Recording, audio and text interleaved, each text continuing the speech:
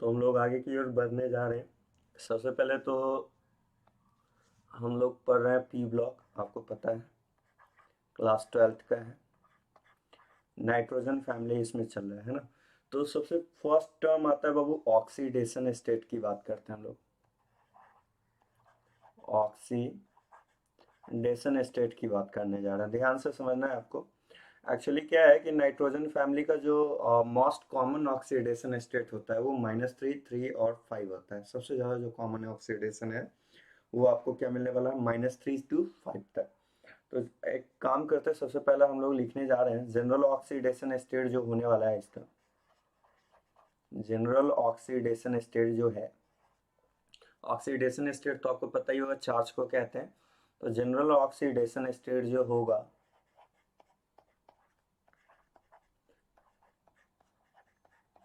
वो होगा आपको -3 to 5 तक, +5 तक। और जो सबसे ज्यादा मोस्ट कॉमन ऑक्सीडेशन स्टेट होता है नाइट्रोजन फैमिली का, वो मोस्ट कॉमन ऑक्सीडेशन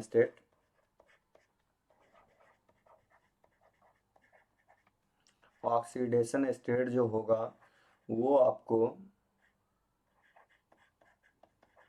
क्या होने वाला है, जरा गौर से देखना है। -3, +3 एंड +5, ये सबसे ज्यादा मोस्ट कॉमनली यूज होने वाला ऑक्सीडेशन स्टेट जो है वो है -3, +3, +5 होगा। अब जरा ध्यान से सुनना बाबू, अगर हम बात कर रहे हैं -3 ऑक्सीडेशन स्टेट की, किसकी बात करने जा रहे हैं, -3 ऑक्सीडेशन स्टेट की।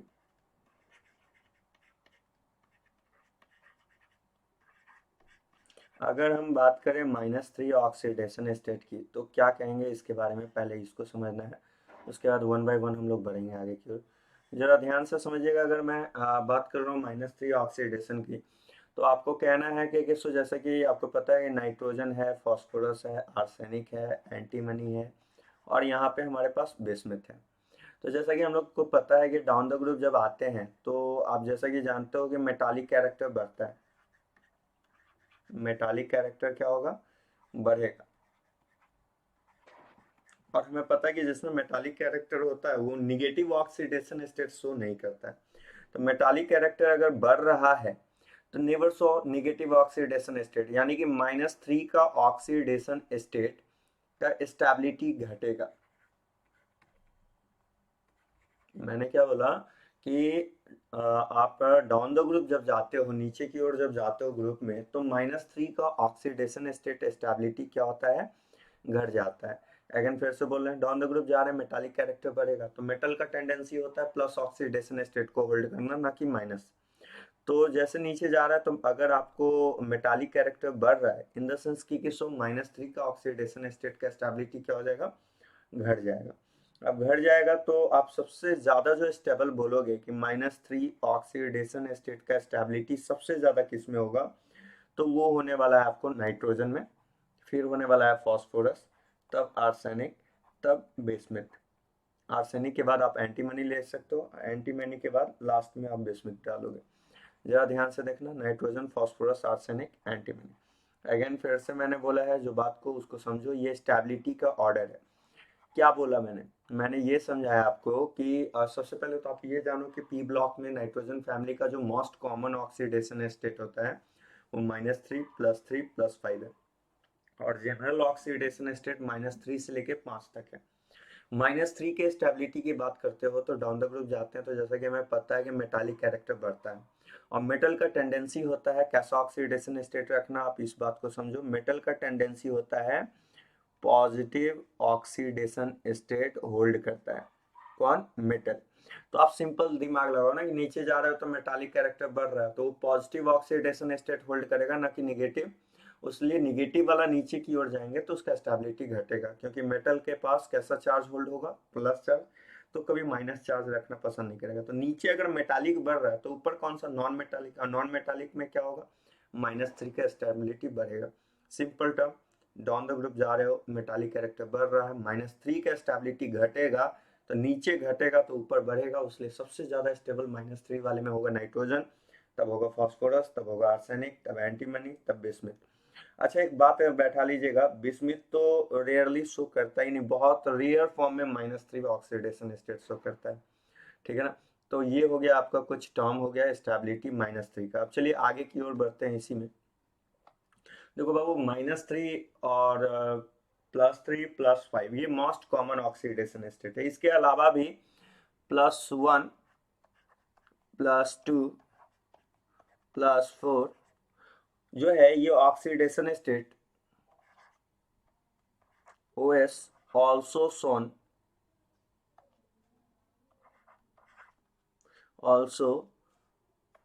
shown in some compound of some oxide of nitrogen. Oxide of किसमें? नाइट्रोजन में आपको मिल जाएगा। मतलब कि मैंने वैसे भी बोल दिया कि इसका ऑक्सीडेशन स्टेट कहाँ से कहाँ तक जा रहा है, -3 से लेके +5 तक। तो +1 +4 +5 कुछ ऑक्साइड में भी पाया जाता है। अब वो कौन सा ऑक्साइड है वो देख लेना है आपको। सबसे पहला आता है N2O, फिर आएगा NO, फिर आएगा NO2।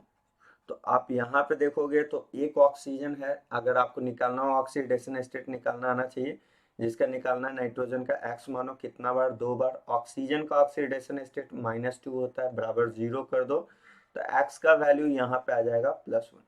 तो N2O में एक्स का वैल्यू +1 है। फिर यहाँ देखो नाइट्रोजन का निकालना एक्स मानो, ऑक्सीजन का -2 बराबर 0, तो एक्स का वैल्यू कितना हो जाएगा +2। और यहाँ पे निकालना है तो नाइट्रोजन का एक्स मानो, ऑक्सीजन का -2 इंटू 2 बराबर 0, तो एक्स का वैल्यू कितना हो गया +4। यानी कि आपको क्या दिखा कि +1 +2 +4 नाइट्रोजन के ऑक्साइड में भी पाया जाता है। ठीक है ना। अब चलिए इसमें कुछ और भी आता है डिस्प्रोपोर्शनेशन का केस, जो हम लोग ऑक्सी एसिड में बात कर लेंगे। अब बात करने वाले हैं, देखो यार ऑक्सीडेशन स्टेट में जनरली इनर्ट पेयर इफेक्ट के कारण क्या ऑक्सीडेशन स्टेट होगा उसकी बात करने जा रहे हैं। तो हम लोग देखने वाले हैं ऑक्सीडेशन स्टेट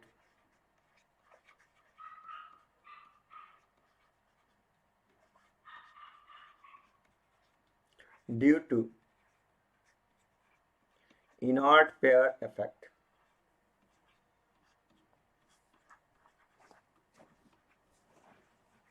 ऑक्सीडेशन स्टेट देख रहे हैं किसकी वजह से? इनर्ट पेयर इफेक्ट की वजह से। अब जरा ध्यान से सुनना है बात को, क्या क्या हो सकता है इनर्ट पेयर। एक्चुअली क्या होता है कि जब भी ऑक्सीडेशन स्टेट की बात करते हैं हम लोग इनर्ट पेयर में, तो दो बात आता है, दो तरह का ऑक्सीडेशन आता है। कितने तरह का आता है? दो। पहला आता है आपका मैक्सिमम ऑक्सीडेशन नंबर, जो कि आपको पता है कि ग्रुप नंबर के बराबर होने वाला है। मैक्सिमम ऑक्सीडेशन नंबर जो हमको किसके बराबर मिलेगा? Group number. और दूसरा मिनिमम ऑक्सीडेशन नंबर, जो कि आपको मिलने वाला है ग्रुप -2 के बराबर। और यही आपका इनर्ट पेयर इफेक्ट के वजह से मिनिमम ऑक्सीडेशन नंबर राइज होता है। तो due to inert pair effect oxidation number कैसा होता है?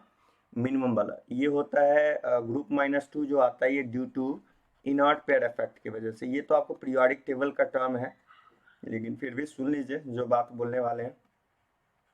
देखो एक्चुअली क्या है कि ऑक्सीडेशन की बात करोगे तो दो तरह का ऑक्सीडेशन आएगा। पहला आएगा मैक्सिमम ऑक्सीडेशन नंबर, जो कि ग्रुप नंबर के बराबर होता है। और दूसरा आएगा मिनिमम ऑक्सीडेशन नंबर, जो कि आपको ग्रुप -2 के बराबर होता है। किसके बराबर? ग्रुप -2। और मिनिमम ऑक्सीडेशन नंबर ही आपको जो ग्रुप -2 जो आ रहा है ये इनर्ट पेयर इफेक्ट की वजह से होता है। तो इनर्ट पेयर इफेक्ट की वजह से कौन सा ऑक्सीडेशन आएगा? ग्रुप -2 आने वाला है। ठीक है। अब जरा बात को समझिए अच्छा से, जो बोलना चाह रहे हैं ध्यान से सुनिएगा। सबसे पहला कि अगर हम बात कर रहे हैं मैक्सिमम ऑक्सीडेशन स्टेट की, तो मैक्सिमम ऑक्सीडेशन स्टेट का जो स्टेबिलिटी है ये डाउन द ग्रुप घटता है,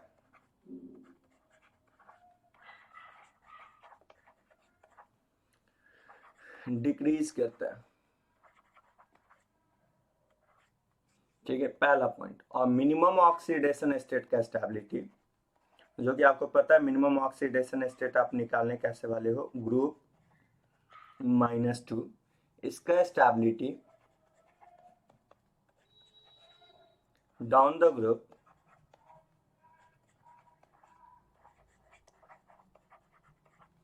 बढ़ेगा, इंक्रीज करेगा। अब हम आपको सबसे पहले तो ये बता दें कि जो नाइट्रोजन फास्फोरस है, आप जरा ध्यान से देखना, नाइट्रोजन फास्फोरस आर्सेनिक एंटीमनी और बिस्मथ, अगर हम यहाँ पे मैक्सिमम ऑक्सीडेशन की बात करें तो आपको पता है maximum oxidation number group number के बराबर होता है।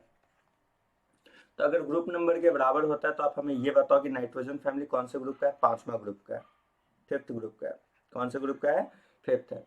तो अगर हम बात करें कि stability of +5 oxidation state, group number के बराबर मैक्सिमम ऑक्सीडेशन होता है, तो स्टेबिलिटी ऑफ +5 ऑक्सीडेशन स्टेट की बात करें तो आप सिंपली वे में बोलोगे कि डाउन द ग्रुप जाएंगे तो +5 ऑक्सीडेशन स्टेट का स्टेबिलिटी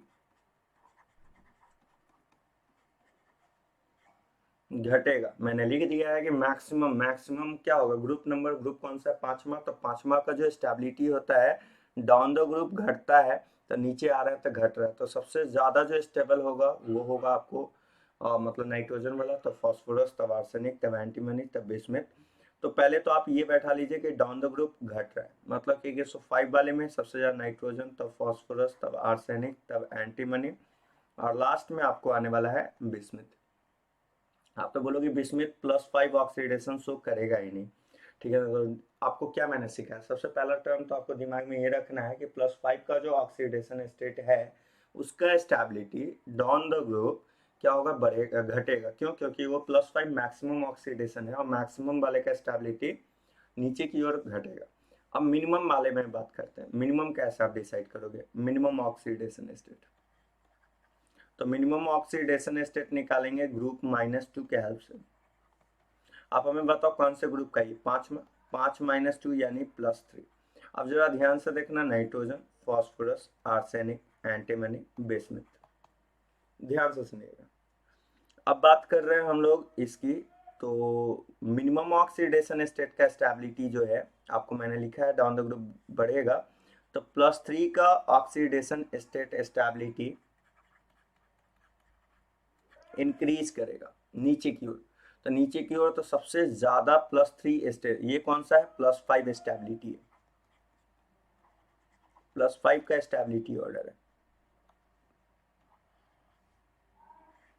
अब ये किसका लिखने वाले हैं? +3 का लिखने वाले हैं। +3 वाले में सबसे ज्यादा +3 का स्टेबल होगा बिस्मथ, तब होगा एंटीमनी, तब होगा आर्सेनिक, तब होगा फास्फोरस, और लास्ट में होगा नाइट्रोजन। तो सबसे ज्यादा डाउन द ग्रुप मैंने बोल ही दिया है कि +3 का स्टेबिलिटी बढ़ता है जबकि +5 वाला घटता है, ठीक है ना। अब जरा ध्यान से सुनना, जो बात बोलना चाह रहे हैं उस बात को समझो।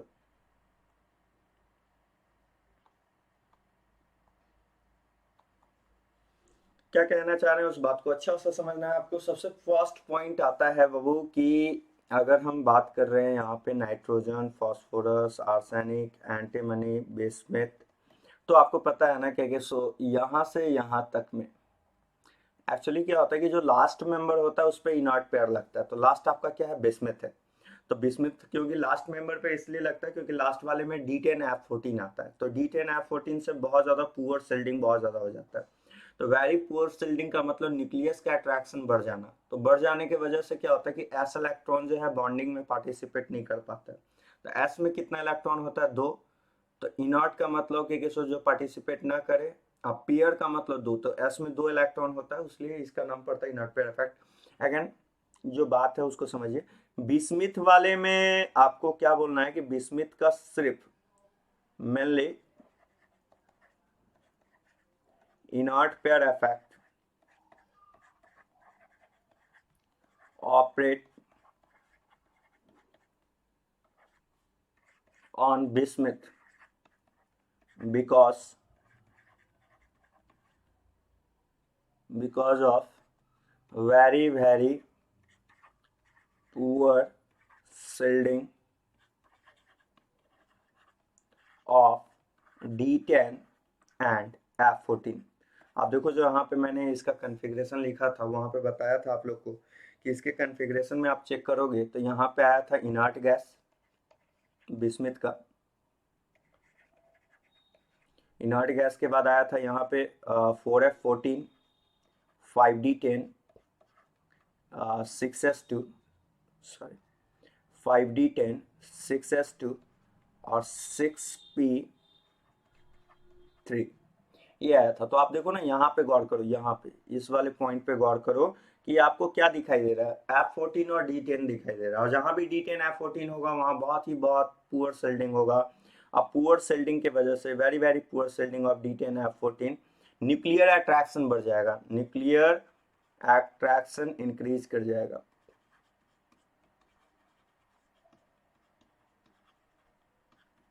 इंक्रीज कर जाता है। और यही कारण है कि मेनली इनर्ट पेयर इफेक्ट कहाँ पे लगता है, बिस्मिथ पे लगता है। तो याद रखना आपको ये है कि सारे का स्टेबल होता है +5, जबकि बिस्मिथ वाले का स्टेबल होता है +3। मैंने क्या बोला, अगेन फिर से बोल रहा हूँ, nitrogen, phosphorus, arsenic, antimony, bismuth. Bismuth के लिए आपको बोलना है कि इसका स्टेबल होगा +3, जबकि रिमेनिंग ऊपर वाले ऑल सारे के सारे भाई साहब का स्टेबल होगा +5 ऑक्सीडेशन स्टेट। ठीक है ना। तो इस तरह से आपको बैठाना है। जैसे कि मान लो कि मैंने बोला कि आप ये बताओ कि बिस्मिथ में Bi+3 है और Bi+5 है, कौन सा मोर स्टेबल है। तो मैंने बताया ना कि बिस्मिथ के लिए, बिस्मिथ का स्टेबल कौन सा होता है, बिस्मिथ का सबसे ज्यादा स्टेबल ऑक्सीडेशन स्टेट होता है +3, और बिस्मिथ को छोड़ दो तो ऊपर वाले का स्टेबल होता है +5। देखो 3 तरह का क्वेश्चन इस पे बनता है बैक टू बैक। पहला, मैक्सिमम ऑक्सीडेशन स्टेट जो कि ग्रुप नंबर के बराबर होता है, तो मैक्सिमम +5 वाला का स्टेबिलिटी डाउन द ग्रुप घटेगा, +3 जो मिनिमम होता है ग्रुप -2 उसका स्टेबिलिटी नीचे की ओर बढ़ेगा। उसके बाद अगर आपसे बोल दे कि बिस्मिथ का कौन सा स्टेबल होगा, तो सिर्फ और सिर्फ +3 होगा। बिस्मिथ को छोड़ के सारे का कौन सा स्टेबल होगा, तो उसका होगा +5। मान लो कि मैंने ऐसा क्वेश्चन दिया है, मैंने बोला कि बताओ यहाँ पे स्टेबिलिटी ऑर्डर बताओ। तब स्टेबिलिटी ऑर्डर बताना है तो आप हमें बताओ ना कि बिस्मिथ है, लास्ट मेंबर, लास्ट वाले का स्टेबल कौन सा होता है, +3 +5।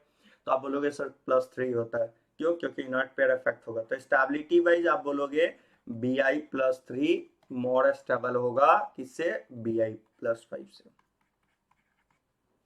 चलिए अब जरा ध्यान से सुनिएगा। अगर मैंने बात किया एंटीमनी का, Sb+3 +5, मैंने आपको क्लियर कट बोल दिया है कि बिस्मिथ को छोड़ के जो भी रिमेनिंग जो भी बच रहा है उसका स्टेबल ऑक्सीडेशन स्टेट +5 है। तो स्टेबिलिटी वाइज आप क्या बोलोगे, सबसे ज्यादा स्टेबल कौन सा हो जाएगा, स्टेबिलिटी Sb+5 का ज्यादा होगा, किससे ज्यादा होगा, Sb+3 से। क्योंकि मेनली इनर्ट पेयर बाबू जो लगता है वो सिर्फ और सिर्फ बिस्मिथ पे लगता है। कारण होता है कि इसमें D10 F14 आ जाता है, और D10 F14 के वजह से बहुत पुअर सिल्डिंग होता है, न्यूक्लियर अट्रैक्शन बहुत हाई हो जाता है।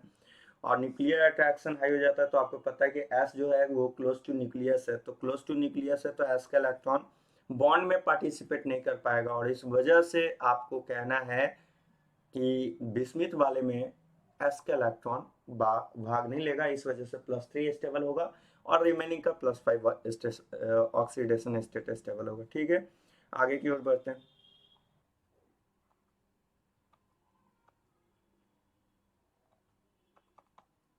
चलिए अब बात करने वाले हैं रिएक्टिविटी टुवर्ड सम कंपाउंड के रिगार्डिंग। अब बात कर रहे हैं रिएक्टिविटी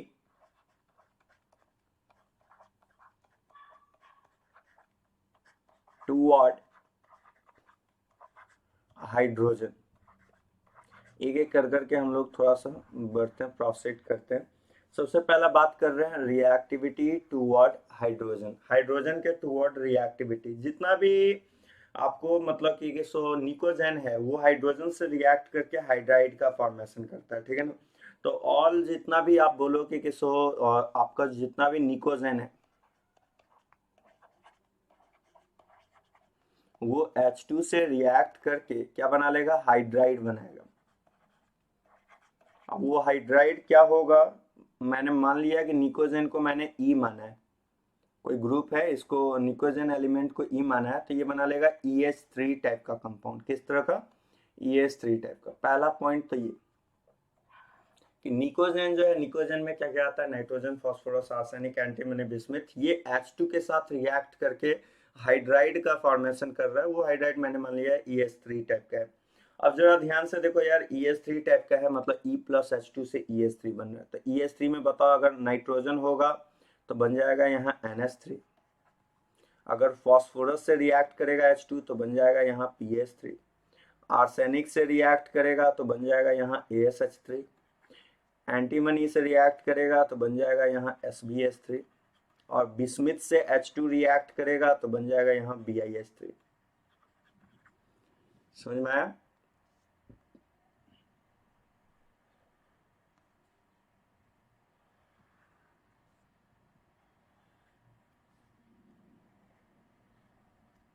ठीक है, तो नाइट्रोजन के साथ NH3, फॉस्फोरस के साथ PH3, आर्सेनिक AsH3, H2 का रिएक्शन अगर करवा रहे हो तो हाइड्राइड बनाएगा ES3 टाइप का। E की जगह नाइट्रोजन होगा तो N बैठा देना, फॉस्फोरस होगा तो P, आर्सेनिक होगा तो AS, एंटीमनी होगा तो Sb, और बिस्मिथ होगा तो BiH3। अब चलो बाबू एक एक कर करके बात करते हैं। सबसे पहला बात करने वाले हैं थर्मल स्टेबिलिटी। किसकी बात करने जा रहे हैं? थर्मल स्टेबिलिटी का बात कर रहे हैं।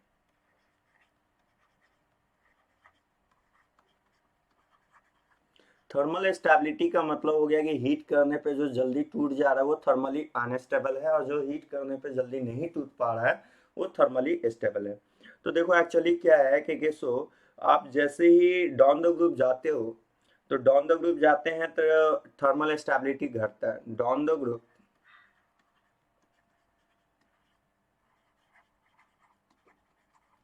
Thermal stability decreases.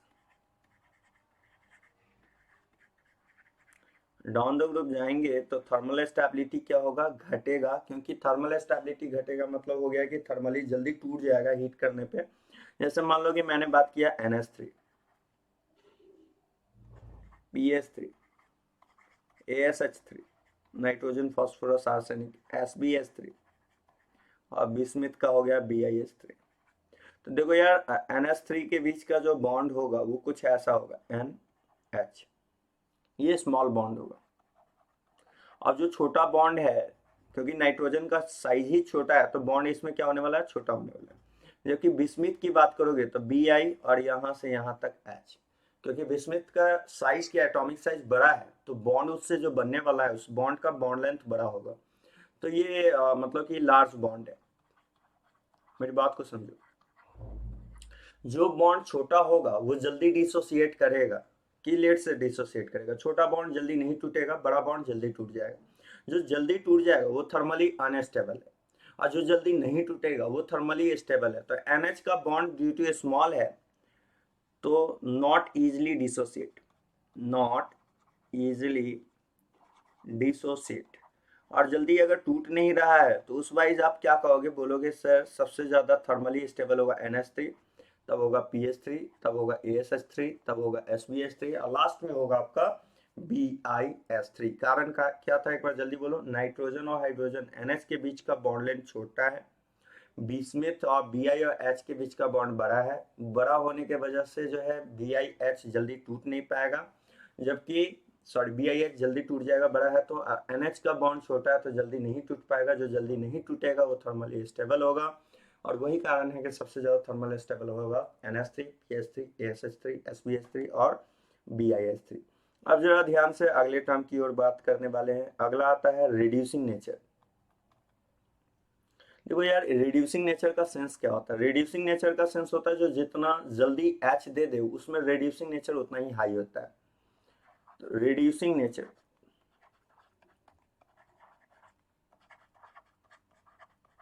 तो रिड्यूसिंग नेचर का मतलब है, रिड्यूसिंग नेचर का सिंपल सा मीनिंग होगा कि विच इजिली गिव हाइड्रोजन।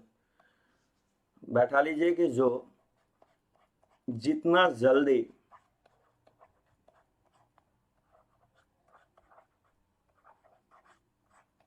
हाइड्रोजन देगा उसका रिड्यूसिंग नेचर उतना हाई होगा। उसका रिड्यूसिंग नेचर क्या होगा?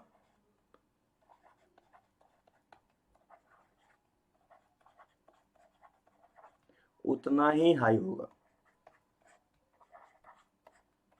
ठीक है, जितना जल्दी आपको क्या बोलना है कि जितना जल्दी हाइड्रोजन देने वाला है उसका रिड्यूसिंग नेचर उतना ही ज्यादा हाई होने वाला है। तो आप हमें ये बताओ कि जल्दी हाइड्रोजन देना है तो जल्दी कौन सा देगा? जो थर्मली अनस्टेबल होगा। तो आपको पता है कि जो जल्दी टूट जाएगा, मतलब हम कह सकते हैं, हम लोग ऐसा कह सकते हैं कि down the group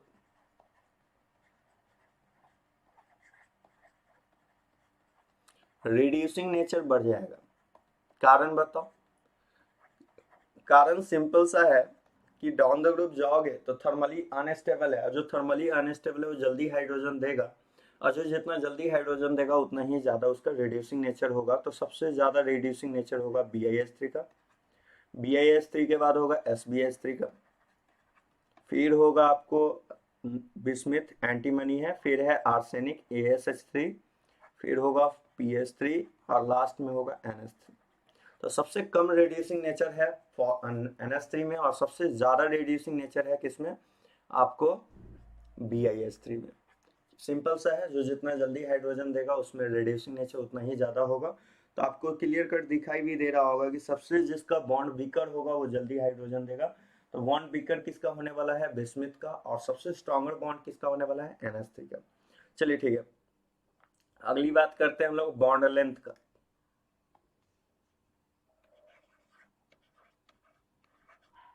bond length की बात करते हैं हम लोग। बॉन्ड लेंथ वाइज अगर हम लोग बात करते हैं तो सबसे ज्यादा बॉन्ड लेंथ किसका होगा, तो आपको पता है कि नीचे की ओर जाएंगे तो साइज बढ़ेगा तो बॉन्ड लेंथ बढ़ेगा, तो down the group bond length increase करेगा। डाउन द ग्रुप क्या कहेंगे, डाउन द ग्रुप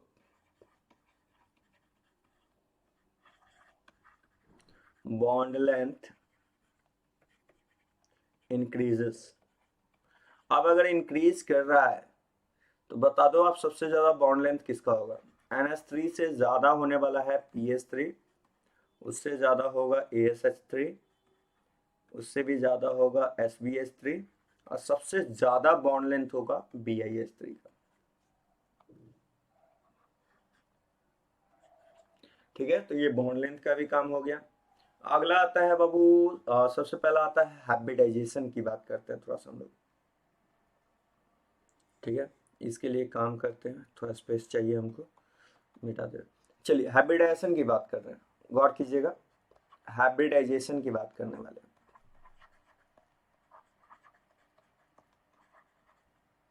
तो हाइब्रिडाइजेशन वाइज अगर आप चल रहे हो तो क्या कहोगे, सो देखो सबसे पहला आता है आपका NH3। ठीक है, उसके बाद आता है आपका PH3, फिर आता है ASH3, उसके बाद SbH3, और लास्ट में आपको मिलने वाला है BiH3। तो देखो होता क्या है वो बात को समझो। सबसे पहला तो आपको बोलना है कि जो NH3 है इसका जो हाइब्रिडाइजेशन निकालोगे तो इसका हाइब्रिडाइजेशन होगा, सिग्मा 3 आता है। NH3 का स्ट्रक्चर जब ड्रॉ करोगे तो सिग्मा प्लस लोन पेयर के हेल्प से लगाओगे, तो सिग्मा 3 लोन पेयर 1 3 1 4 4 से हाइब्रिडाइजेशन sp3। जबकि बाबू PH3 ASH3 SbH3 हम लोग बॉन्डिंग में पढ़े थे, इसमें लग जाता है ड्रैगोज रूल। देखिएगा क्या है, एक नोट का पॉइंट आता है, थर्ड और हायर पीरियड हाइड्राइड,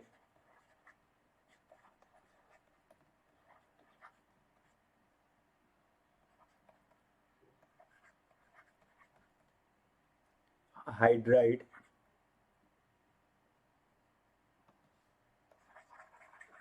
थर्ड और हायर पीरियड हाइड्राइड की बात कर रहे हैं, जरा ध्यान से।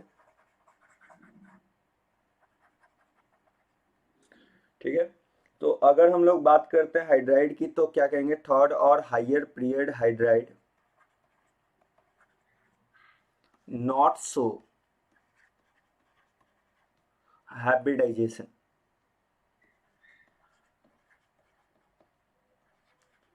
और कारण बहुत सारा है इसमें, और यही रूल को हम लोग ड्रैगोज रूल भी कहते हैं।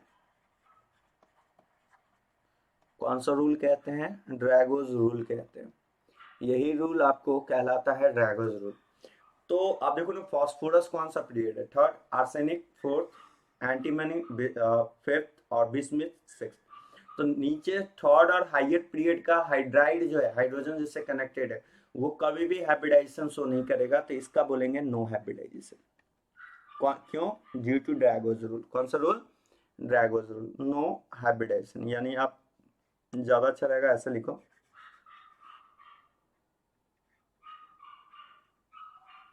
क्या कहने वाले हैं, not so hybridisation, hybridisation show नहीं करेगा नीचे वाला जो भी है आपका।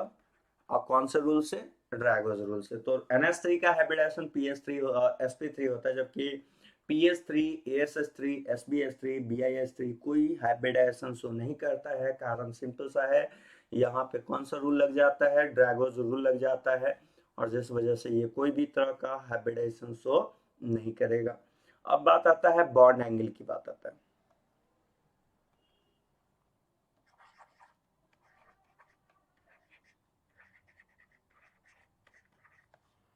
कौन सा एंगल की बात कर रहे हैं, बॉन्ड एंगल की बात करने जा रहे हैं। देखो बॉन्ड एंगल वाइज आप क्या कहोगे, बॉन्ड एंगल वाइज अगर हम पूछे तो आप देखो, जैसा कि आपने देखा है NH3 है, PH3 ASH3 SbH3 और BIH3। ध्यान से सुनिएगा, NH3 का आपने बोला हाइब्रिडाइजेशन sp3 है, और इसका बॉन्ड एंगल जो होता है वो अमोनिया का 160 डिग्री होता है। बैठा भी लेना है आपको, 107 डिग्री होता है। जबकि इन भाई साहबों पे लग जाता है ड्रैगोज रूल लग जाता है। कौन सा रूल लग जाता है, ड्रैगोज रूल लग जाता है। और ड्रैगोज रूल के वजह से नॉट सो हाइब्रिडाइजेशन, और ये प्योर p ऑर्बिटल के इन्वॉल्वमेंट से ये बॉन्ड बनता है, नॉट सो हाइब्रिडाइजेशन।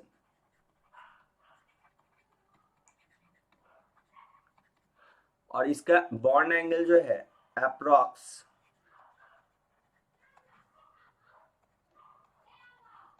90 डिग्री को होता है। तो आप बोलोगे कि सबसे ज्यादा देखो, ऊपर 160 डिग्री, नीचे 90 डिग्री, बढ़ रहा है या घट रहा है, ऊपर से नीचे आ रहा है तो घट रहा है। तो बॉन्ड एंगल की अगर बात करें तो सबसे ज्यादा बॉन्ड एंगल होगा NH3, तब होगा PH3, लास्ट में होगा ASH3, फिर होगा SbH3, और सबसे लास्ट में होगा BIH3। ये आपका बॉन्ड एंगल का ऑर्डर है, ठीक है। क्योंकि आपने देखा ना, ऊपर में है 107 और नीचे है 90, बढ़ रहा है घट रहा है, घट रहा है। तो नीचे आ रहा है तो बॉन्ड एंगल घटेगा, तो सबसे ज्यादा बॉन्ड एंगल होगा NH3, तब होगा PH3, तब होगा ASH3 SbH3, और लास्ट में होगा BIH3 का होगा। चलिए आगे की ओर बढ़ते हैं, जरा गौर से समझिएगा। अगला आता है मेल्टिंग पॉइंट।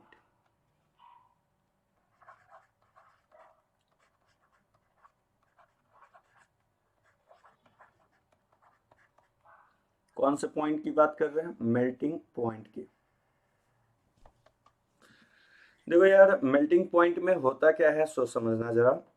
एक्चुअली क्या है कि हमारे पास जो मिल रहा है NH3 PH3 ASH3 SbH3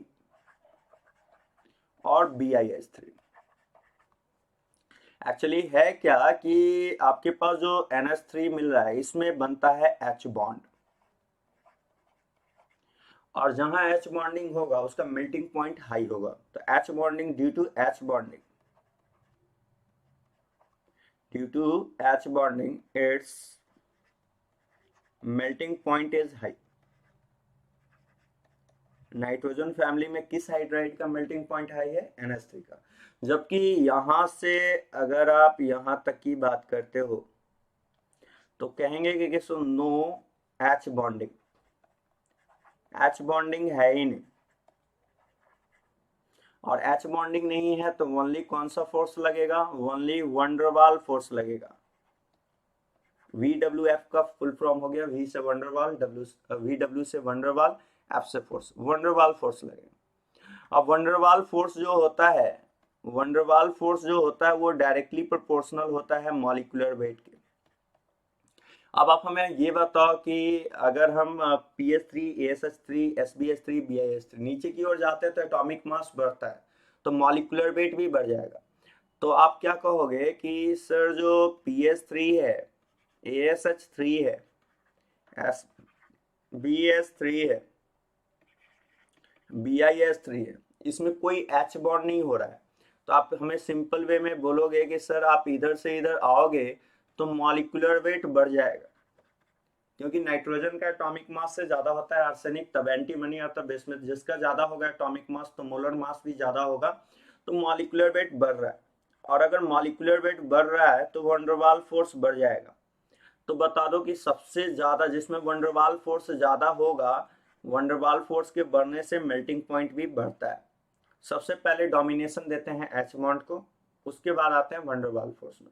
melting point में फर्स्ट डोमिनेशन किसको देना है, फर्स्ट प्रायोरिटी देना है एच बॉन्डिंग को, एंड देन आपको आना है किस पे, वंडरवाल फोर्स पे आना है। तो चलो ठीक है, आप बताओ सबसे ज्यादा एच बॉन्डिंग वाले का मेल्टिंग पॉइंट होगा, तो एच बॉन्डिंग वाले का मेल्टिंग पॉइंट होगा तो सबसे ज्यादा होगा NH3 का मेल्टिंग पॉइंट। अब NH3 के बाद फॉस्फोरस आर्सेनिक एंटीमनी बिस्मिथ में सबसे ज्यादा वंडरवाल फोर्स आप बता दो किसका है। आपको दिखाई दे रहा है बिस्मिथ का, तो जिसका वंडरवाल फोर्स ज्यादा उसका मेल्टिंग पॉइंट भी ज्यादा होगा। तो उसके बाद बोलेंगे BiS3, फिर बोलेंगे SbS3, फिर बोलेंगे ASH3, फिर बोलेंगे PS3। क्या फिर से बोल रहे हैं, जरा ध्यान से समझ लेना, जो बात बोलना चाह रहे हैं उसको फिर से रिकॉल कर दे रहे हैं। NH3 सबसे ज्यादा हो गया क्योंकि उसमें H बॉन्डिंग था। फॉस्फोरस आर्सेनिक एंटीमनी बिस्मिथ में क्या हुआ, यहाँ पे यार कोई भी H बॉन्ड का केस नहीं है, ओनली फॉर वंडरवाल फोर्स होगा। वंडरवाल फोर्स सबसे ज्यादा होता है बिस्मिथ में, फिर होता है एंटीमनी, तब होता है आर्सेनिक, तब फॉस्फोरस। तो NH3 H बॉन्ड के वजह से, और फॉस्फोरस आर्सेनिक एंटीमनी बिस्मिथ में लगा दिए किसका केस, एच बॉन्ड तो है नहीं, तो वंडरवाल फोर्स सबसे ज्यादा, जिसमें वंडरवाल फोर्स होगा उसका मेल्टिंग पॉइंट ज्यादा होगा। तो ज्यादा है बिस्मिथ, तब है arsenic, sorry antimony, arsenic, phosphorus. तो ये था आपका मेल्टिंग पॉइंट का। अगला आता है आपका बॉइलिंग पॉइंट ऑर्डर।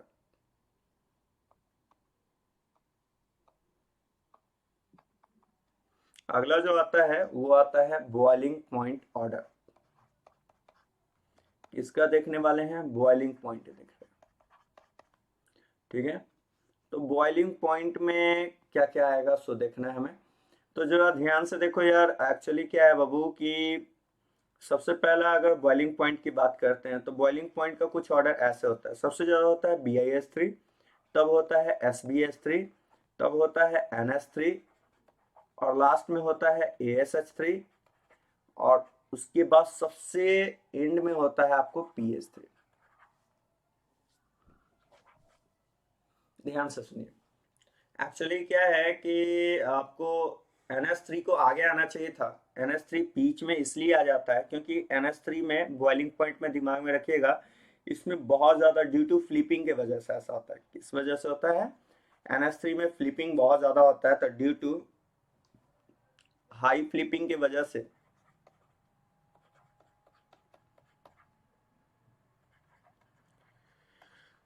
ठीक है ना, हाई फ्लिपिंग की वजह से क्या होता है कि सो ये NH3 आगे ना होके एंटीमनी के बाद आ जाता है। तो आपको कैसे दिमाग में रखना है, BiS3 SpS3, और Sb के बाद NH3, तब ASH3, तब PS3। ये हो गया आपको बॉइलिंग पॉइंट का ऑर्डर हो गया। चलिए ठीक है, अब आता है enthalpy of formation. Enthalpy of formation, किसका फॉर्मेशन देख रहे हैं हम लोग, एंथैल्पी ऑफ फॉर्मेशन की बात करते हैं।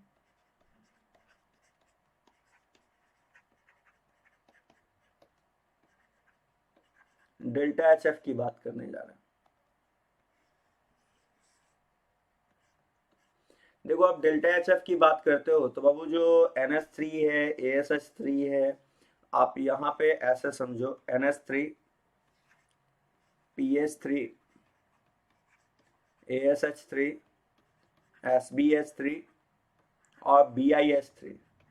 एक्चुअली आपका जो NH3 है उसका जो एंथैल्पी ऑफ फॉर्मेशन होता है वो एक्सोथर्मिक होता है। कारण समझो इसका, देखो यार जितना छोटा बॉन्ड है वो उतना ही ज्यादा स्टेबल बॉन्ड है, और जितना बड़ा बॉन्ड है वो वीकर बॉन्ड है। तो एक्चुअली क्या होता है कि सो NH का जो बॉन्ड स्ट्रेंथ होता है बहुत ज्यादा हाई होता है, स्टेबल बॉन्ड बनता है, और स्टेबल बॉन्ड की वजह से ये एक्सोथर्मिक होता है। मैंने क्या बोला, इसका नेचर जो होगा ये आपको एक्सोथर्मिक मिलने वाला है। मतलब डेल्टा H इसका आप बोलोगे निगेटिव होगा, एक्सो है तो, जबकि आपको फॉस्फोरस आर्सेनिक एंटीमनी बिस्मिथ का जो नेचर है वो आपका एंडोथर्मिक है। एंडोथर्मिक का मतलब हो गया, इसका कारण है ड्यू टू वीक बॉन्ड बोल दो या वीक ईएच बॉन्ड बोलो, डाउन द ग्रुप जाएंगे तो मतलब कि बॉन्ड स्ट्रेंथ घट जाएगा। इसका जो बॉन्ड स्ट्रेंथ होता है due to weak bond strength ऐसा होता है कि ये एंडोथर्मिक हो जाता है। ठीक है ना। तो आपका तो ये एक्सो है, ये एंडो है, तो डेल एच इसका पॉजिटिव होगा। इंथैल्पी ऑफ फॉर्मेशन की बात करेंगे तो सबसे ज्यादा फॉर्मेशन का वैल्यू होगा, डेल्टा एच एफ का वैल्यू होगा, वो किस में होगा, जिसका बॉन्ड जितना स्टेबल होगा। तो डाउन द ग्रुप जाओगे तो क्या होगा, साइज बढ़ेगा तो बॉन्ड स्ट्रेंथ घटेगा, घटेगा तो जल्दी वो बॉन्ड बनना पसंद नहीं करेगा। तो सबसे ज्यादा इंथैल्पी ऑफ फॉर्मेशन होगा NH3, फिर होगा PH3, उसके बाद होगा ASH3, फिर होगा SbH3 और लास्ट में होगा BiH3। ये होता है इंथैल्पी ऑफ फॉर्मेशन का वैल्यू होता है। ठीक है। तो ये आपका हो गया, और मतलब जितना भी कैरेक्टरिस्टिक हो गया, थर्मल स्टेबिलिटी कैसे, रिड्यूसिंग नेचर कैसे, bond length, bond angle, hybridisation, melting point, boiling point, ये सब का बात हम लोग कर लिया। फिर अब आगे की ओर बढ़ते हैं, जरा ध्यान से सुनिए। चलिए अब एक काम करते हैं, इसमें आपको मेनली जो हाइड्राइड पढ़ा रहे हैं तो यहीं पे हम लोग कंपाउंड की भी बात कर लेते हैं। सबसे पहले यहाँ पे दो कंपाउंड के बारे में जानना है बाबू। फर्स्ट है आपका NH3 अमोनिया में। सबसे फर्स्ट जानेंगे हम लोग अमोनिया के बारे में, उसके बाद फॉस्फीन के बारे में। तो हाइड्राइड से रिलेटेड काम यहीं पे तमाम हो जाएगा। जरा ध्यान से सुनिएगा, क्या बात करने वाले हैं, अमोनिया के बारे में बात करने जा रहे हैं।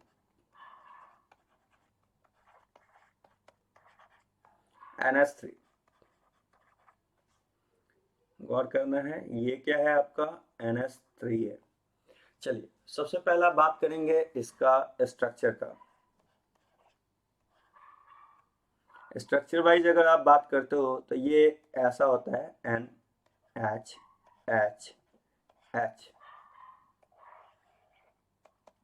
हाइब्रिडाइजेशन निकालोगे बाबू तो हाइब्रिडाइजेशन निकालने का फॉर्मूला होता है sigma plus lone pair. Sigma का वैल्यू 3 है, लोन पेयर का वैल्यू 1 है, 4 से हाइब्रिडाइजेशन sp3 हो जाएगा। पहला सबसे फर्स्ट हम लोग निकालिए, इसके हाइब्रिडाइजेशन की बात कर लिए। किसकी बात कर लिए, हाइब्रिडाइजेशन की बात कर लिए। तो अगर मैं बात करूं हाइब्रिडाइजेशन का, तो हाइब्रिडाइजेशन वाइज आपको क्या बोलना है कि इसका जो हाइब्रिडाइजेशन होगा वो NH3 का हाइब्रिडाइजेशन sp3 होगा, फर्स्ट पॉइंट। सेकेंड पॉइंट की बात करें तो शेप की बात आता है। शेप कैसा होगा, इसका शेप जो होता है वो पिरामिडल शेप होता है। कैसा होता है, पिरामिडल शेप होता है। अगला बात करें बॉन्ड एंगल की बात करने जा रहे हैं। बॉन्ड एंगल की बात करोगे तो NH3 का जो बॉन्ड एंगल होगा वो आपको 107 डिग्री होने वाला है। नेक्स्ट पॉइंट, NH3 जो है बाबू ये अलग अलग प्रॉपर्टी देता है। सबसे पहला बात कि ये आपको लुईस बेस है, क्योंकि जिसके पास पेयर ऑफ इलेक्ट्रॉन है तो ये किसका काम करेगा, लुईस बेस का काम करने वाला है। ठीक है ना। दूसरी बात कि जिसके पास लोन पेयर होता है उसे न्यूक्लियोफाइल भी कहते हैं। तो NH3 का फंक्शन न्यूक्लियोफाइल जैसा भी होगा। किस किस का काम किया है, अगेन फिर से बोल रहे हैं, लोन पेयर डोनर के वजह से लुईस बेस है, ये लोन पेयर है। तो अगर कोई भी जैसे न्यूक्लियोफिलिक एडिशन रिएक्शन है या फिर कोई भी सब्सटीट्यूशन रिएक्शन है तो वहां पे ये न्यूक्लियोफाइल का भी काम कर सकता है। अगला बात कि नेक्स्ट पॉइंट हम लोग बोल सकते हैं, पहला तो लुईस बेस है, दूसरा न्यूक्लियोफाइल है, अगला ये लिगेंड का भी काम करता है। किसका काम करता है, लिगेंड का भी काम करता है। चलिए इसको थोड़ा सा हम आपको अच्छा से समझाते हैं। सबसे पहले तो लुईस बेस की बात करते हैं। जैसे कि मान लो मैंने क्या किया कि लुईस बेस कब करेगा उसका बात कर रहे हैं। एसिड है, एसिड पे NH3 का रिएक्शन करवा दिए, प्रोडक्ट आ रहा है। ठीक है। तो यहाँ जो NH3 का जो फंक्शन होगा, एसिड के सामने जो NH3 का जो फंक्शन होगा वो कैसा होगा, लुईस बेस का काम करेगा। चलो ठीक है। अगला मान लो कि मैंने क्या किया कि बात किया कि न्यूक्लियोफाइल का काम करवाना है। ध्यान से सुनिएगा।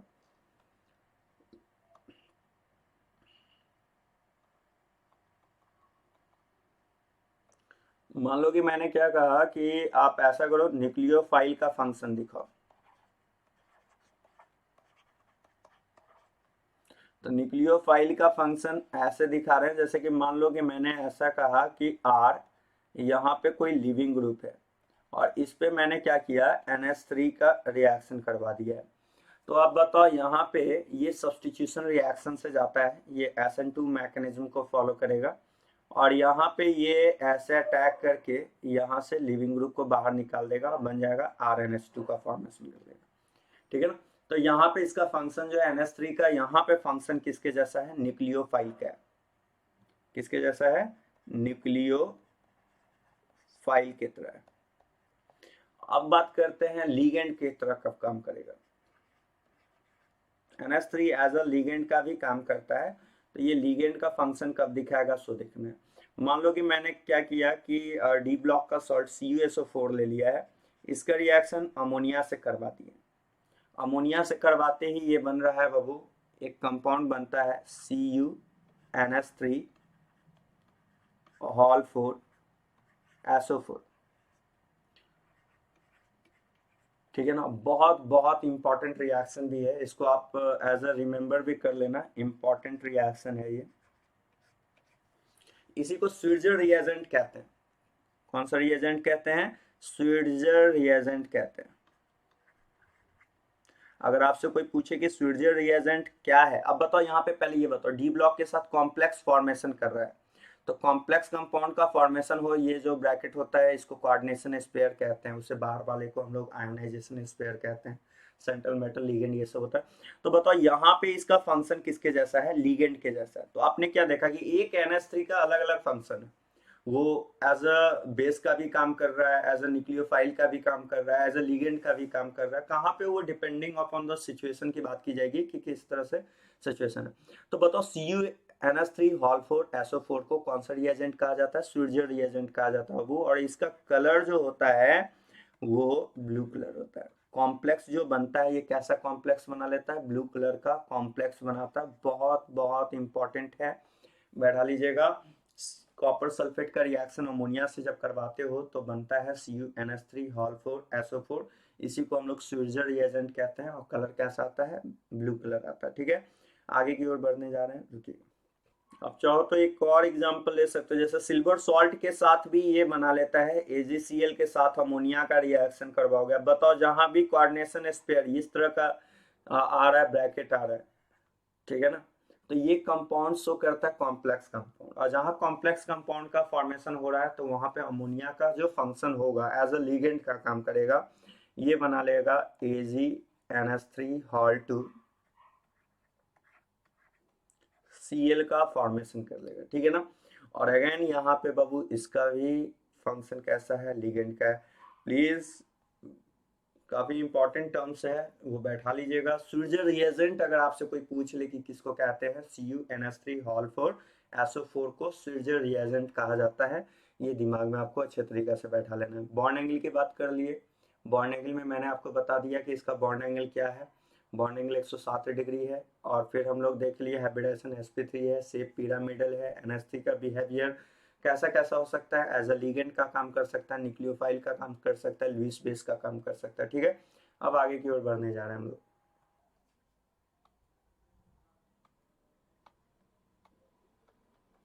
चलिए अब बात करते हैं कि कैसे प्रिपेयर किया जाए अमोनिया को। तो प्रिपरेशन ऑफ अमोनिया में बात करने जा रहे हैं, ध्यान से देखना। प्रिपरेशन ऑफ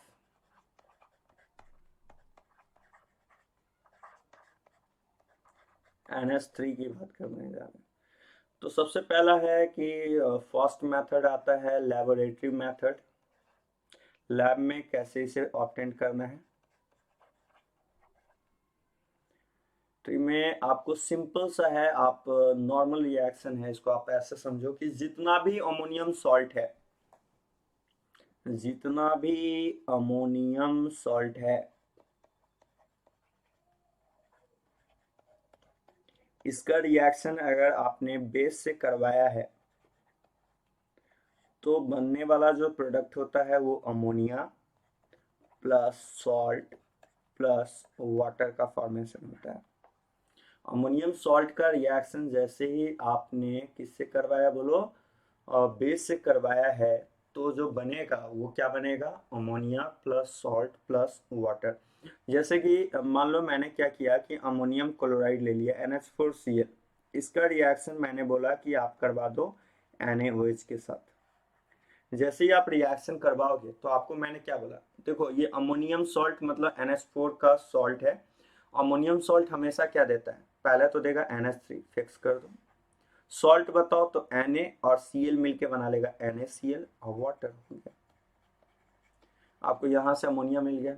अगला है कि मान लो कि मैंने बोला कि अमोनियम कार्बोनेट ले लो NH4 ठीक है। चलो सल्फेट की बात करते हैं, अमोनियम सल्फेट का रिएक्शन करवा दो कैल्शियम ऑक्साइड के साथ। बताओ क्या करोगे, सबसे पहला तो जहां बेस कैल्शियम ऑक्साइड, मेटल का जो ऑक्साइड होता है उसमें नेचर कैसा होता है, बेसिक नेचर होता है। और बेसिक नेचर होता है तो क्या कहेंगे, सॉल्ट का बेस से रिएक्शन करवाते ही बनने वाला फॉर्म होगा अमोनिया प्लस कैल्शियम का सॉल्ट बनाना है तो कैल्शियम CaSO4 का फॉर्मेशन कर लेगा। और क्या करना है, वाटर निकाल देना। देखो क्या करना, पहले NH3 निकाल देना, उसके बाद बचा हुआ केटायन यहाँ से उठा लो Ca और यहाँ से एनायन उठा लो SO4। देखो यहाँ पे, यहाँ से केटायन उठा लो Na, यहाँ से एनायन उठा लो Ca। अब बाद बाकी वाटर और अमोनिया तो फिक्स है, उसको एज इट इज रखो। जैसे मान लो मैंने बात किया कि किस, मैंने बोला अमोनियम फॉस्फेट ले लो, क्या ले लो, अमोनियम फॉस्फेट का यूज करो NH4 PO4 का रिएक्शन करवा दो आप मैग्नीशियम हाइड्रोक्साइड के साथ। तो बनने वाला प्रोडक्ट क्या होगा वो देखो, आपको बनने जा रहा है Mg3PO4 twice plus ammonia plus water. यार एक बात बताओ, इतना में एक आइडिया तो लग गया होगा कि जब भी अमोनियम सॉल्ट होगा अमोनिया वाटर फिक्स करना है। फिर से देखो क्या करना है, केटायन यहाँ से उठाओ मैग्नीशियम, यहाँ से एनायन PO4 Mg3PO4 का hall twice ammonia plus water. तो एक बात तो क्लियर हो गया होगा, पहला मेथड है तैयार करने का अमोनिया कि अमोनियम सॉल्ट को बेस के साथ ऐसे ट्रीट करोगे तो वहां से ammonia plus salt plus water मिलेगा। ठीक है, ये फर्स्ट मेथड था। सेकंड मेथड की बात करते हैं, सेकंड मेथड क्या होगा, by the help of hydrolysis of nitrite. Second है by the hydrolysis of nitrite.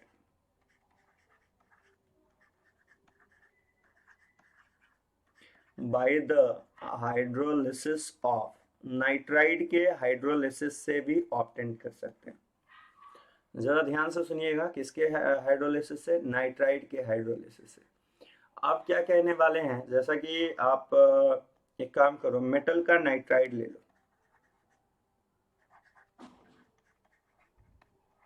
Metal nitride पे वाटर जैसे ही डालोगे ये बना देगा मेटल हाइड्रोक्साइड।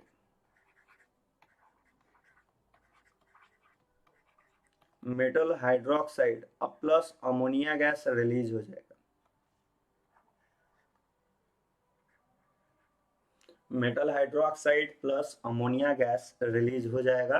तो यही दिमाग में बैठा लेना कि जब भी नाइट्राइड का रिएक्शन आप वाटर से करवाते हो तो क्या बनता है, हाइड्रोक्साइड प्लस अमोनिया गैस आता है। ठीक है, अब हम लोग आगे की ओर बढ़ने जा रहे हैं। जैसे कि मान लो मैंने क्या किया कि एल्युमिनियम का नाइट्राइड ले लिया, AlN ले लिया, इस पे वाटर डाल रहे हैं, वाटर डालने पे जो फाइनल प्रोडक्ट होगा वो क्या होगा, तो आपको पता है ना कि Al को कैसे तोड़ोगे, Al+3 और नाइट्रोजन को कैसे तोड़ोगे -3, वाटर को कैसे तोड़ दिए H+OH-। अब बताओ ये प्लस वाला किससे जाके जुड़ जाएगा, माइनस वाले से, और ये माइनस वाला किससे जुड़ जाएगा, प्लस। N पे 3 माइनस है तो ये 3 - 3 H लेके बना लेगा NH3 और प्लस Al और OH मिलके बन जाएगा AlOH हॉल थ्राइस बना लेगा। मान लो मैंने एक और रिएक्शन दे दिया है, मैग्नीशियम नाइट्राइड लिया है Mg3N2।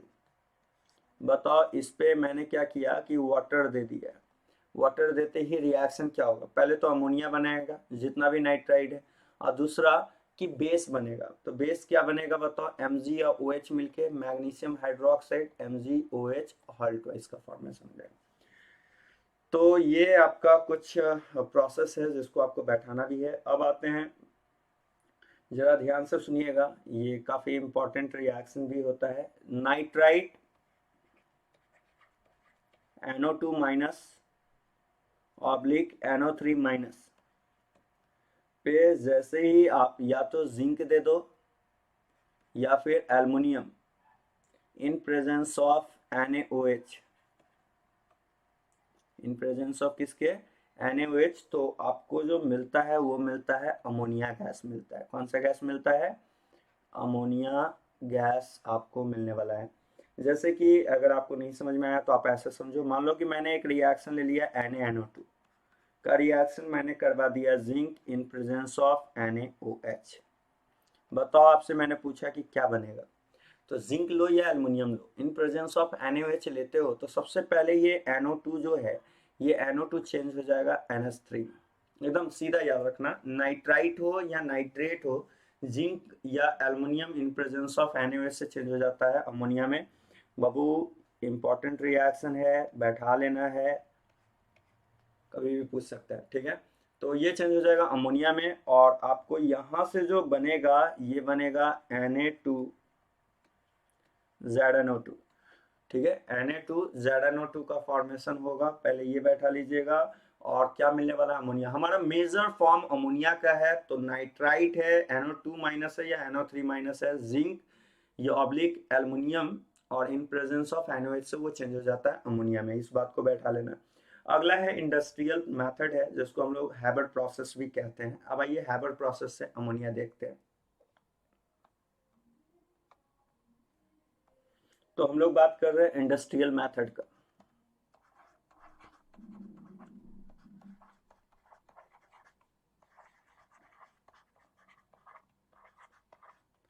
इंडस्ट्रियल मेथड में अगर हम लोग बात करने जा रहे हैं तो देखना है क्या होगा।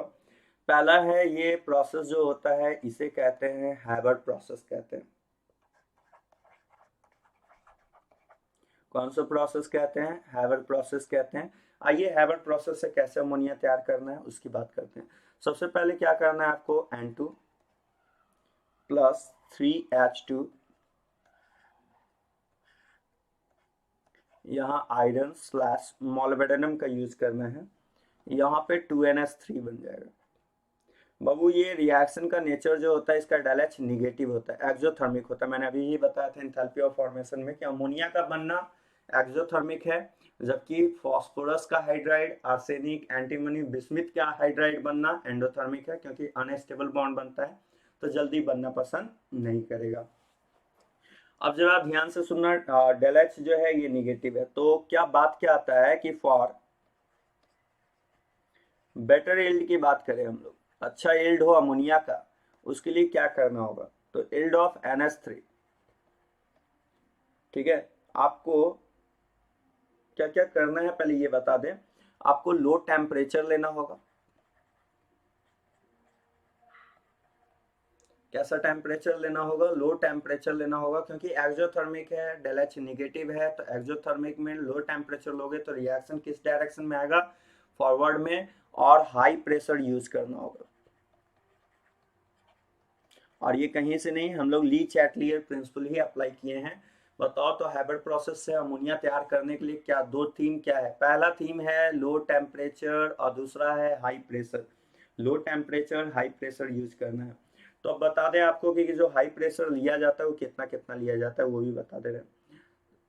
तो from Lee Chatelier principal, Lee Chatelier principal से चले, ली चैटलियर प्रिंसिपल से चले तो क्या कह सकते हैं। सबसे पहला बात कहना होगा कि हाई प्रेशर लेना है, वो आपको दिखाई दे ही रहा है, क्योंकि हाई प्रेशर लोगे तो रिएक्शन उस डायरेक्शन में शिफ्ट होता है जिधर नंबर ऑफ मोल्स कम है। आगे जो कोएफिशिएंट होता है उसे मोल कहते हैं, ये 2 है, और यहाँ पे देख लो ये 3 1 4 है। कम मोल किधर है, 2, तो राइट साइड है, तो राइट साइड रिएक्शन प्रोसीड कर जाएगा। हाई प्रेशर में जो प्रेशर लेना होता है वो कितना प्रेशर होता है वो भी देख लीजिए, ये 200 ATM लेना होता है।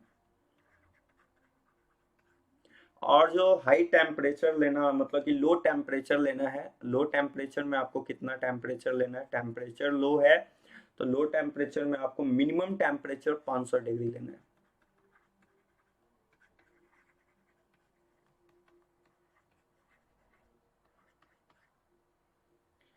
ठीक है। बिलो 500 डिग्री सी अमोनिया का प्रोडक्शन नहीं हो सकता है क्योंकि एन बॉन्ड ब्रेक ही नहीं करेगा, ठीक है ना। तो अभी इस बात को भी हम लोग लिखने जा रहे हैं नोट का पॉइंट करके। क्या लिखेंगे? Below 500 degree C, below 500 degree C there will be no production of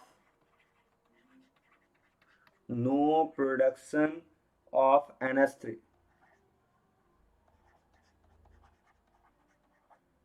as 500 degree C is a minimum temperature required to break, minimum temperature required to break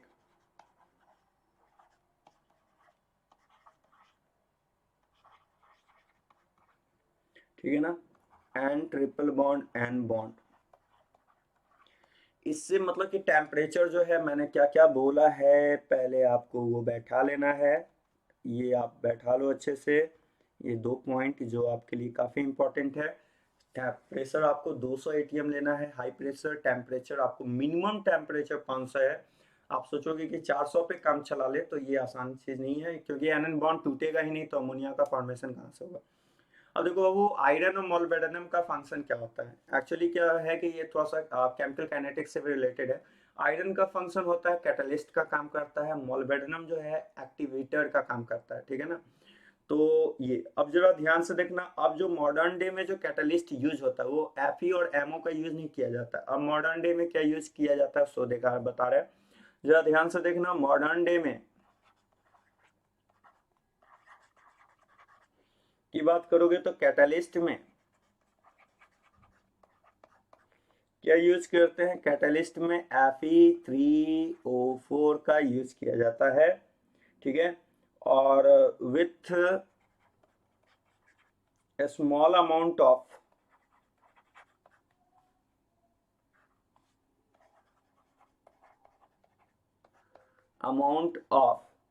क्या लिया जाता है? K2O भी लिया जाता है एंड Al2O3 लिया जाता है, ये अब मॉडर्न डे में।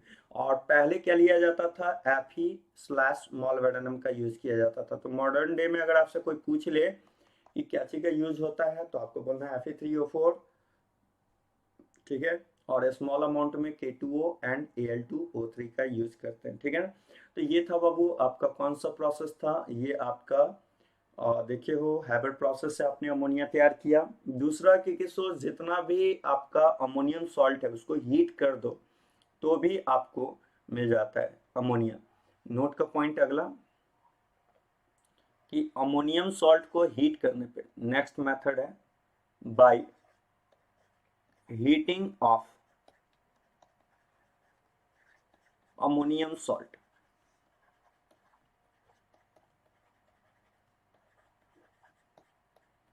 अगला मेथड है कि किसो अमोनियम सॉल्ट को हीट करने पे भी ऑप्टेंड होगा। जैसा कि आप मान लो कि मैंने क्या किया कि यहाँ पे लिख दिया है अमोनियम सॉल्ट,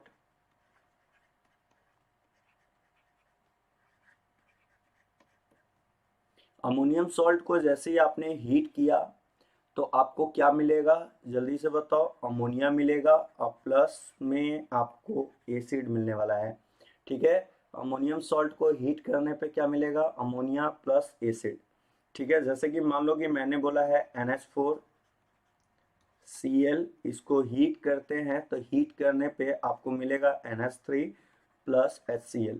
लेकिन कुछ जगह जहाँ पे मैंने आपको अलर्ट कहा है कि अलर्ट रहना है तो वहाँ पे अलर्ट रहिएगा। कुछ अमोनियम सॉल्ट था जो एक्सेप्शन में मैंने आपको बोल दिया था कि एक्सेप्ट करके, क्योंकि वो एक्चुअली एक्सेप्ट कुछ है नहीं, ऑक्सीडाइजिंग नेचर रखता है तो वो अगले को ऑक्सीडाइज कर देता है। लेकिन आप सीधे उतना ना समझो, आप सीधे ये बैठा लेना NH4NO2, इसको अगर आपने हीट किया तो जो बनने वाला प्रोडक्ट होगा वो होगा N2 प्लस वाटर बनेगा। अगला मैंने बोला था NH4NO3, इसको अगर आपने हीट किया तो बन जाएगा N2O प्लस वाटर बनेगा। और तीसरा कि मैंने आपको ये भी बोला था NH4 हॉल 2 Cr2O7, इसको अगर आपने हीट किया तो बन जाएगा N2 प्लस Cr2O3 जिसका कलर ग्रीन कलर होता है, ठीक है। तो आई थिंक आपको बात समझ में आया होगा। अगले क्लास फिर हम लोग आगे की ओर बढ़ते हैं। ठीक है, आज के लिए इतना ही। तब तक के लिए नमस्कार।